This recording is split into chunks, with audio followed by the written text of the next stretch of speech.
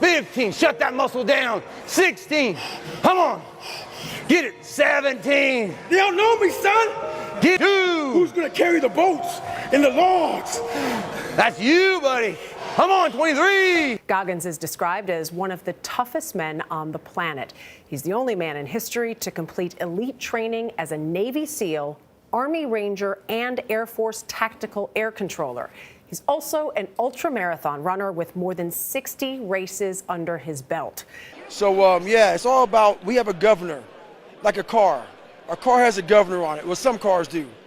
And if, like, the manufacturer puts a governor on that car, the speedometer may say 130.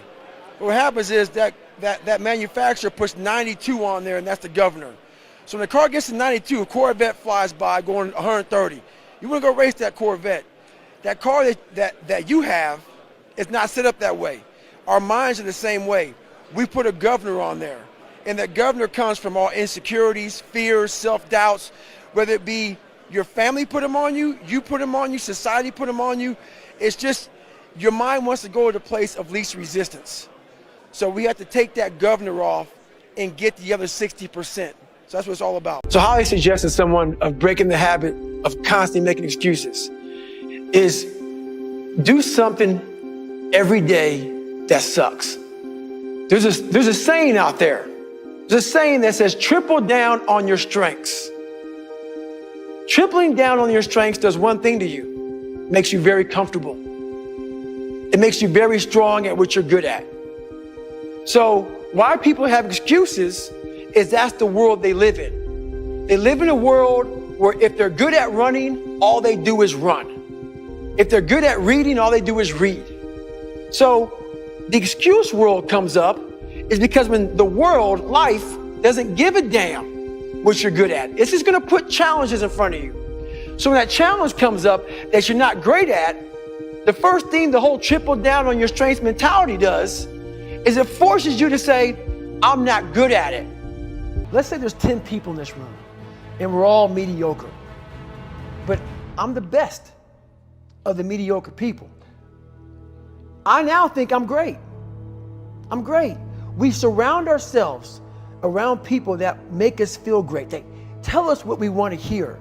The second we put ourselves amongst the uncommon people, we don't like that feeling, that challenging feeling of that person who's waking up at 3:30 in the morning and say, hey, push your shit on, we're going for a run. We don't like that challenge. We like that person who says, hey, you know what, man, I don't feel good today, man. And they say, oh, it's okay, brother. We'll take a day off, man, we'll get a pizza and watch the game. We like that. We love that feeling. Why? Because you understand, man, we're good, bro. We don't want that motherfuckers like this. Hey, man, no, bro. Get your fucking shit on, man. Stop being a punk. We don't want that in our lives. We don't want that person who's constantly challenging our weaknesses. We want that person who's constantly, making us feel nice and good and secure in ours. That's the mediocrity of life. We want to be the best amongst the average. My cookie jar has every single failure and success of my life, something I overcame. So what happens in time of life when you're stressed out and things get bad, even the hardest guy in the world, me, everybody thinks, and I think I'm the hardest guy in the world. You got to believe that. You got to believe you are something.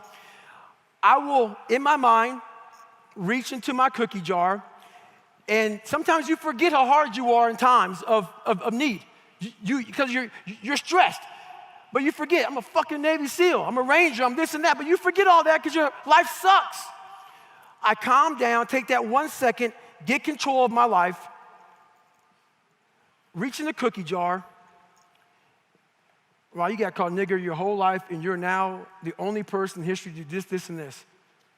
Put it back in the cookie jar, reset my mind. You have to remind yourself of how badass you really are in times of need. That's the fucking cookie jar. So I don't live a very glamorous life at all. I live very uncomfortable to a lot of people. It's not that I'm broke. It's not that I don't have the means to do it. It's like a boxer.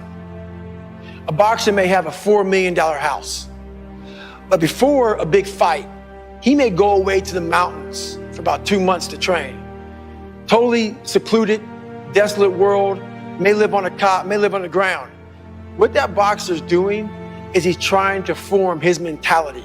He's trying to get that mentality to a very animalistic state.